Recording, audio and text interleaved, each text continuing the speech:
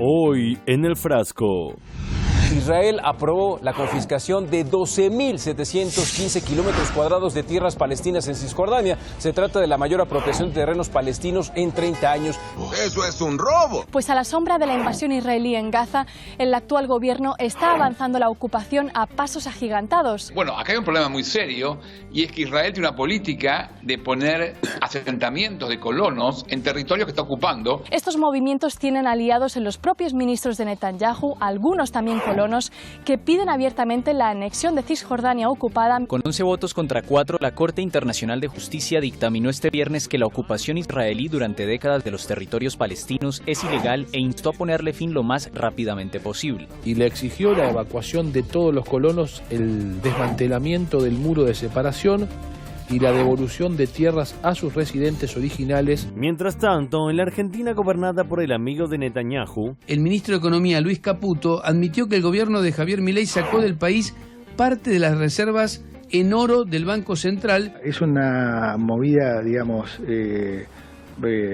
muy positiva. No lo sé, Rick, parece falso. Los bancos centrales cuidan mucho sus reservas en oro y buscan tenerlas en los lugares más seguros. No hay lugar más seguro que su propia bóveda. Y otra cosa es que vos lo dejes en otro banco en Londres y pueda ser sujeto embargable ese oro de algún acreedor que consiga un fallo para embargarlo. Hablaremos de esto y mucho más con nuestro invitado del día. El Frasco, resguardando una visión alternativa sin bóvedas. ¿Qué tal? ¿Cómo están? Bienvenidos a un nuevo programa del Frasco, Medio Sin Cura, esta suerte de recipiente donde se dan cita a las noticias de la semana, lo que se dice en las redes sociales y lo que supuestamente es la realidad internacional. Imaginen que ante la solidaridad del mundo con un pueblo, un ministro de la entidad que usurpa sus tierras promete seguir violando la ley internacional. Bueno, esto dijo Bezalel Smotrich semanas atrás. Anunciamos hace un mes que por cada país que unilateralmente reconociera a Palestina como Estado, estableceríamos un nuevo asentamiento colono. Pero no se trataba solo de una amenaza, sino efectivamente de seguir robando tierra palestina ante los ojos del mundo, aunque los medios usen otros términos. Israel aprobó la confiscación de 12.715 kilómetros cuadrados de tierras palestinas en Cisjordania. Se trata de la mayor apropiación de terrenos palestinos en 30 años. ¡Eso es un robo! Desde ya que no se trata de algo nuevo, sino que ya viene ocurriendo de la mano de estos ministros /colonos. Hace 3 meses pasaba esto. Un plan presentado por el ministro de Finanzas de extrema derecha israelí, Bezalel Smotrich, contempla la expropiación y anexión a Israel de 800 nuevas hectáreas de Cisjordania ocupada. Expropiación y anexión, más términos usados por la prensa dominante, porque hablar de robo quizás deje expuestos a los malhechores. Pero esto viene incluso de muchos años atrás, diciembre de 2013. El primer ministro de Israel, Benjamín Netanyahu, prometió seguir colonizando en Cisjordania. No pararemos ni un instante de construir nuestro país, de reforzarnos, de desarrollar los asentamientos, declaró el miércoles por la noche Netanyahu. Esto es algo que viene ocurriendo desde hace décadas y lo que el régimen ocupante ha logrado es fragmentar aún más el poco territorio que le queda al pueblo nativo. Y hoy ni siquiera hay continuidad dentro de la Cisjordania ocupada. La expansión de los asentamientos y de las colonias israelíes ha convertido a ese territorio en una especie de archipiélago.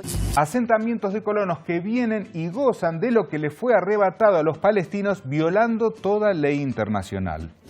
Mientras los colonos ilegales israelíes, habiendo robado la tierra, tienen absolutamente todas las comodidades y toda la infraestructura, un palestino a tan solo 2 kilómetros, a los que le robaron la tierra, no tiene ni siquiera derecho al agua. Todas esas colonias son ilegales ante el derecho internacional, algo que ya se ha dictaminado en el pasado, pero como Israel siguió adelante con el robo, se lo vuelven a recordar. Con 11 votos contra 4, la Corte Internacional de Justicia dictaminó este viernes que la ocupación israelí durante décadas de los territorios palestinos es ilegal e instó a ponerle fin lo más rápidamente posible. Espere, señor director, porque falta una parte clave de esa noticia. el máximo órgano judicial de la ONU, cuyos dictámenes no son vinculantes. Así es, igual vinculante o no vinculante, es sabido que el régimen israelí goza de la impunidad que le garantiza su principal financista. Estados Unidos critica el dictamen de la Corte Internacional de Justicia sobre ocupación israelí de territorios palestinos. No puedo creer esta reacción del país que ocupa ilegalmente territorio cubano en Guantánamo o tiene bases ilegales en Siria desde las cuales roba petróleo. Y volviendo a Palestina, lo que ocurre allí es parte de un plan sistemático. Hace unos días visitamos algunas colonias y nos admitían que cuando logren la legalización de su campamento se irán a otros para seguir forzando su instalación y aprobación, no solo en Cisjordania, sino también en Gaza y partes de Líbano o Jordania. Evidentemente, toda resolución de la ONU es usada como papel sanitario por los colonos. Sin ir más lejos, en el preciso momento en el que el tribunal leía su resolución, en Palestina pasaba lo siguiente. Colonos respaldados por las fuerzas israelíes atacan hogares y comercios palestinos en Uwara Nablus mientras incendian campos. Obviamente que a ningún medio occidental se le ocurrió denominar terrorismo a eso. Mientras tanto, y ya en el colmo de la impunidad, también sucedía esto. El Parlamento de Israel votó el jueves en contra de la creación de un Estado palestino. La resolución del Parlamento israelí afirma que la creación de un Estado palestino al oeste del río Jordán, en territorios ocupados por Israel, perpetuaría el conflicto. Traducción: el usurpador de una tierra vota para que los usurpados no puedan tener derecho a un Estado. ¿Y dónde está la ONU? Esto es como si en los cuentos infantiles sucediera lo siguiente. El lobo feroz vota para quedarse con la casa de la abuela de Caperucita. Ricitos de Oro vota por expulsar a los osos de su propio hogar e invita a sus primos de Massachusetts. El hombre de hojalata vota por robarle los órganos a Dorotea y así poder tener corazón. Lo cierto es que aquella votación ocurre mientras el régimen israelí sigue adelante con el genocidio en Gaza y continúa burlándose de cualquier antecedente como los jamás respetados acuerdos de Oslo. Nunca entendí la noción de esperar a que los ocupantes reconocieran o admitieran la existencia de los verdaderos propietarios de la tierra. Esto pone fin oficialmente a toda farsa de las mentiras de Oslo, la comunidad internacional y los Estados Unidos. Y hablando de Estados Unidos, recordamos que días atrás hubo un atentado terrorista fallido contra... ¿Cómo? Ah, ¿era blanco? ¿No era árabe, ni musulmán, ni latino? Ah, no. Entonces no corresponde decirle terrorista. CNN dijo el atacante. El Mundo habló de el autor del atentado. Ámbito financiero optó por el tirador. The Philadelphia Inquirer lo llamó el pistolero.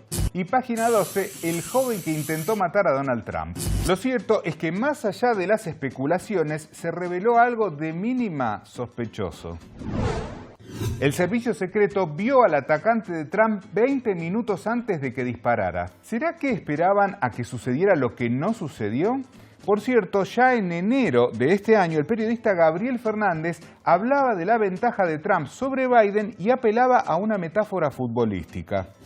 ¿Qué va a pasar?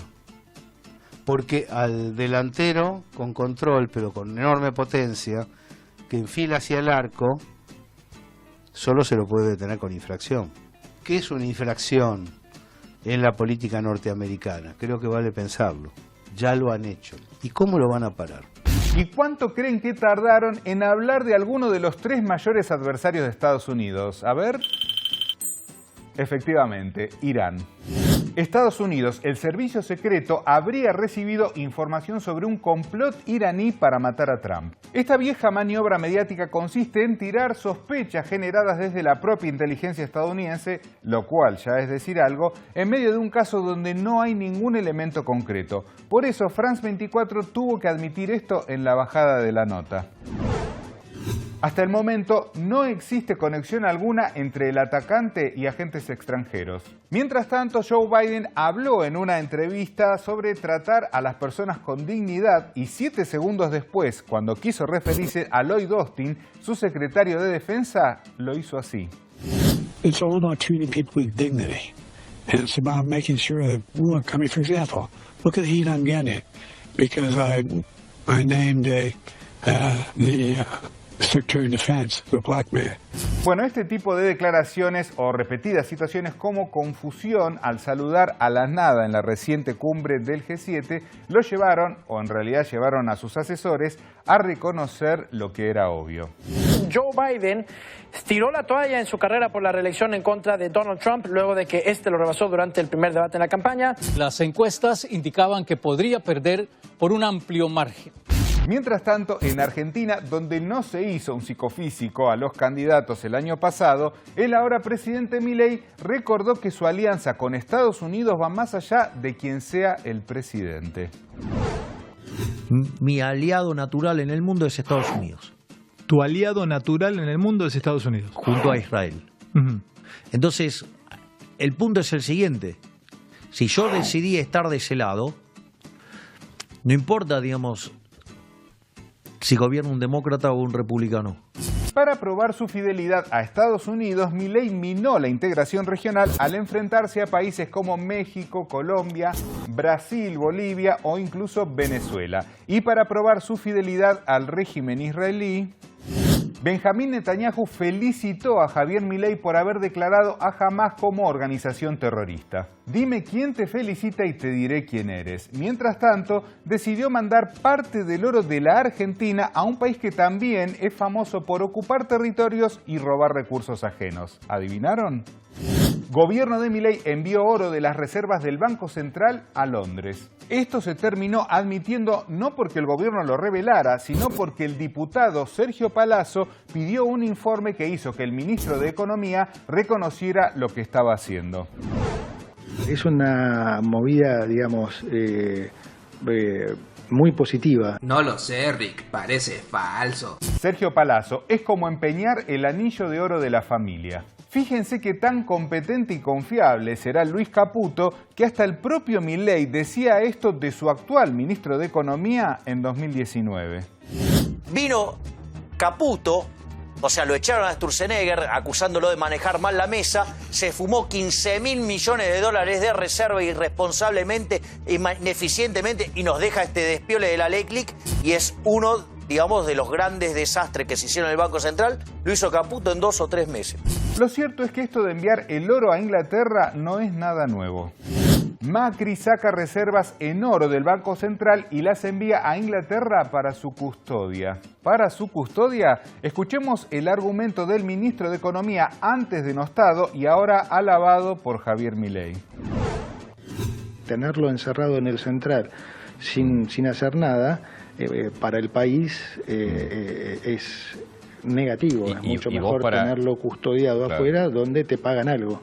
¿Es mucho mejor tenerlo custodiado afuera, dijo? ¿Custodiado como Londres custodia el oro venezolano? Veamos lo siguiente y hablamos con nuestro invitado del día. La periodista Anaí Rubin plantea en la red social X: ¿así que Milei y su banda trasladaron nuestro oro a Londres? Les cuento que Venezuela tenía su oro en bancos ingleses también. Cuando el gobierno bolivariano pidió que se lo devuelvan, dijeron que no. Bueno, muy bien. Y para hablar de este tema tenemos el gusto de tener hoy en el estudio a Nicolás Malinowski, ingeniero electricista y director del Observatorio de Energía, Ciencia y Tecnología. Nicolás, bienvenido al programa. Hola, buenas tardes, ¿cómo andan? ¿Todo bien? Bien, todo bien. Bueno, allí veíamos, Nicolás, esto que se planteaba, ¿no? Ya en el periodo de Macri se había enviado reservas de oro a Londres y ahora está volviendo a suceder. ¿Cómo ves este tema? Porque, digamos, estamos hablando del país que ocupa ilegalmente las Islas Malvinas y se está enviando oro allá con el antecedente de que Venezuela también envió oro y nunca se lo devolvieron, ¿no? Sí, bueno, yo creo que es parte del conglomerado de cosas que estamos viendo distópicas de este gobierno y de pérdida de soberanía, ¿no? O sea, entregar el oro, digamos, a un gobierno como Inglaterra, que nos tiene invadido parte del territorio, bueno, es justamente entregar las reservas que nos quedan, o la joya de la abuela, diría yo. Y sobre todo con la peligrosidad, digamos, con esto de, yo hoy lo pensaba, que se puede relacionar, digamos, o sea, tenemos un juicio por YPF, por ejemplo, con Loretta Presca, y quien dice que no diga, cóbrense de ahí a Buford, digamos, que es un fondo buitre, entonces bueno, es peligroso, digamos, para el tema de la economía nacional y bueno, que son los recursos, digamos, de todos los argentinos, ¿no?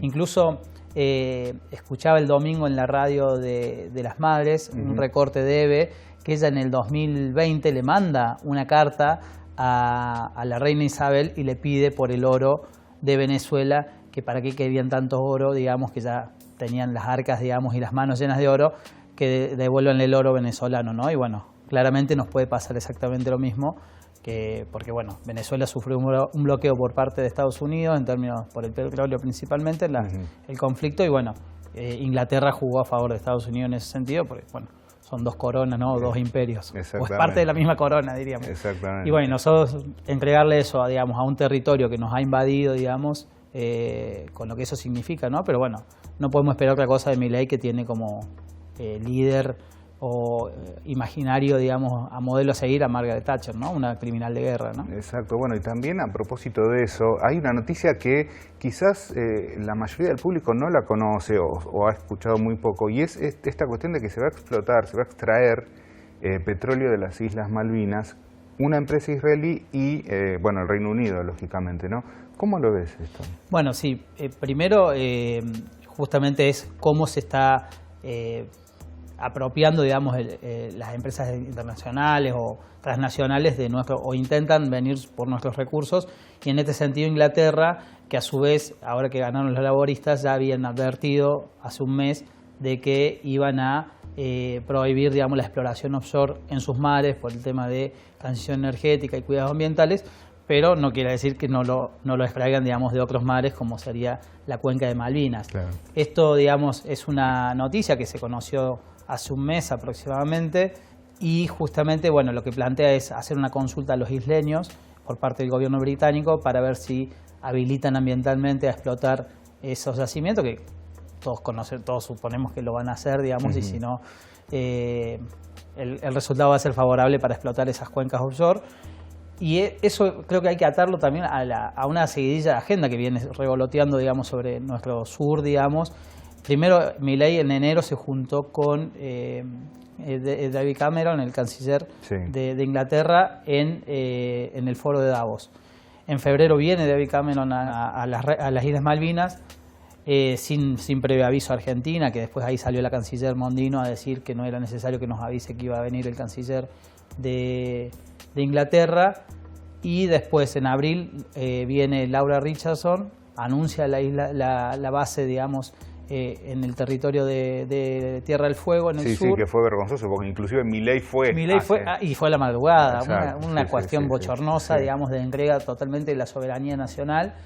Y bueno, y ahora nos enteramos de esto, ¿no? Entonces, ahí vemos cómo se prepara una base militar para cuidar también y saquear los recursos naturales de nuestros territorios, ¿no? O sea, ahora, Nicolás, se estuvo hablando mucho acerca de la ley bases, de las implicancias de esta ley. ¿Cómo le podemos explicar, digamos, en forma más clara a la gente lo que implica esta cláusula, ley RIGI, que va a permitir que las multinacionales, digamos, puedan extraer los recursos naturales del país y llevárselos, ¿no? Bueno, la ley base tiene, principalmente lo que viene a hacer es borrar todo tipo de regulación para acceso, digamos, de las corporaciones a la explotación de nuestros recursos naturales y la extracción de los mismos, digamos, a lo que planteamos un modelo extractivista abiertamente, en decremento, digamos, tanto de la naturaleza en nuestro país, si se quiere, y del trabajo argentino, digamos. Claro. O sea, y de la ley de base siempre se habla del RIGI. Previamente tenés el capítulo de privatizaciones, o sea que es el desmantelamiento de las empresas principalmente energéticas para justamente que privatizarlas y que entren las empresas transnacionales o también los empresarios energéticos locales que también están interesados en eso. Después hay un capítulo que desregulariza, digamos, lo que es los hidrocarburos, que está el capítulo de energía, que es la ley de hidrocarburos y la ley de gas, que principalmente plantean, digamos, la extranjerización del recurso, digamos, en decremento del autoabastecimiento. O sea, ponen en igual balanza el autoabastecimiento o la exportación de hidrocarburos o de gas. Y después el RIGI es lo que le da el andamiaje jurídico a este tipo de explotaciones, donde les da por 30 años, digamos, seguridad jurídica y encima atado a los organismos internacionales como el CIAI en términos de si llegamos a hacer algún litigio o algún tipo de juicio. Y el RIGI, a su vez, digamos, a partir del cuarto año ya le da libre disponibilidad de divisas del 100%. O sea, que una empresa que venga, invierta, es para inversiones de mayores a $200 millones, invierte esa cifra y después del cuarto año la libre disponibilidad de divisas de lo que vendan, digamos, en términos de la extranjerización del recurso. Y a su vez plantea una cuestión del desarrollo de proveedores, pero dice el 20% de la inversión va a ser para el desarrollo de proveedores, pero dice siempre y cuando las empresas locales sean competitivas en términos de precio y estén disponibles para la producción, ¿no? O sea, que claramente que ahí vemos que no va a haber por lo menos una motivación industrial y un fortalecimiento industrial nacional por parte del gobierno, porque lo que va a favorecer, digamos, es a las industrias. Y entonces en detrimento de las arcas del Estado, que es el fin y al cabo el decremento de las arcas nacionales, ¿no? Que implica a todos los argentinos, ¿no? Ahora, Nicolás, también otro tema que está en boga desde hace ya muchos años es el tema del litio. Milei ha manifestado su amistad, ¿no? Se podría decir, con Elon Musk, muy interesado en el litio, que en Argentina hay mucho litio, pero ¿vos crees que esto también puede poner en riesgo los intereses regionales? Porque estamos hablando también de Bolivia y de Chile, ¿no? Sí, bueno, primero el RIGI viene atado, digamos, a la explotación tanto de vaca muerta como de litio. Son las dos principales intereses, digamos, internacionales. Y justamente, bueno, Milei se ha manifestado muy amigo de Elon Musk, que Elon Musk es uno de las personas más ricas del planeta y es el CEO de una de las compañías de automóviles eléctricos, que es Tesla, ¿no? Claro. Entonces, la movilidad eléctrica, que es la tendencia que se viene a raíz de la transición energética global que se está viviendo, necesita baterías de litio. Y bueno, Elon Musk está en una competencia feroz con China, principalmente con la BYD, digamos, la empresa de automóviles chino, que el año pasado quedó primera en producción de automóviles y la sigue Tesla. Y bueno, necesitan litio barato para poder justamente competir con China. Entonces Elon Musk, por un lado, felicita a Javier Milei y le dice muy bueno tu gobierno liberal de apertura, y por otro lado le dice a Estados Unidos, cerrame las fronteras para que no ingresen autos de China. Y entonces tenés, por un lado, en la competencia comercial que hay, Estados Unidos le puso aranceles del 100% a los automóviles chinos y la Unión Europea el 40%. Y acá dicen que no tenemos que tener nada arancelado, digamos. Entonces el RIGI es parte de esa seguridad jurídica que Javier Milei le está dando a estos CEOs como Elon Musk para que vengan a buscar el litio, o el caso de vaca muerta, o el caso también de minerales como el cobre, tierras raras, que también son necesarios, porque esto va de la mano de la transición energética global que se está viviendo. Entonces, en esa competencia, digamos, tecnológica y la carrera por la apropiación de donde están los recursos naturales, que América Latina es uno de los territorios, por eso es importante la pregunta y cómo esto implica en la región, digamos. O sea, no nos olvidemos en el 2019, que fue el golpe de Estado en Bolivia, que acá gobernaba Macri le manda armamento, digamos, municiones, digamos, está comprobado eso, y a su vez Elon Musk dice a través de Twitter, que hoy es X y es el dueño, digamos, también de esa plataforma de red social, Elon Musk le dice al Evo, te vamos a hacer cuantos golpes querramos para hacernos del litio boliviano, ¿no? Y Argentina, junto con Bolivia y con Chile, tenemos el 60% de las reservas globales de litio, ¿no? Y Argentina es la que menos regulaciones tiene, ¿no? O sea, porque Bolivia tiene una regulación interesante, declaró el recurso como recurso estratégico. Chile también, por lo menos lo declaró estratégico, y nosotros ni siquiera, y encima el dominio originario está en las provincias a raíz de la Constitución del 94, ¿no? Entonces es con preocupación, digamos, se ve con preocupación porque Argentina le abre la puerta, digamos, a este tipo de corporaciones que después son los que financian distintos golpes de Estado y demás, que hoy en día no lo necesitan, digamos, tampoco, ¿no? O sea, con el RIGI, con Milei, digamos, dándole este tipo de seguridad jurídica. Y después también hay otra cuestión que juega por un lado lo jurídico y por otro lado las fuerzas estatales, digamos, en este caso de seguridad, también a disposición de estos grandes intereses corporativos, ¿no? Bueno, Nicolás, muchísimas gracias por haber estado aquí hoy en el programa. No, por favor, gracias a ustedes y bueno, a disposición cuando gusten, y espero que haya quedado claro algún de nosotros. La próxima vez esperemos dar buenas noticias. Muchísimas gracias. Bueno, y nosotros, como siempre, nos vamos a un retro-tweet, una frase del pasado que por supuesto está relacionada a todo lo que vimos en el programa del día de hoy. Vean. Para dominar un país ya no hace falta someterlo militarmente, bastan oportunos empréstitos y concesiones. Raúl Scalabrini Ortiz. Hay pueblos con memoria que luchan por su tierra y por sus derechos desde hace décadas, pero también hay pueblos con amnesia que por no tener presente lo que ha pasado poco tiempo atrás, parecen condenados a repetir la misma historia. ¿Será demasiado tarde para despertar? Los esperamos la próxima semana, como siempre aquí por Hispan TV. Muchas gracias. Es una movida, digamos, muy positiva.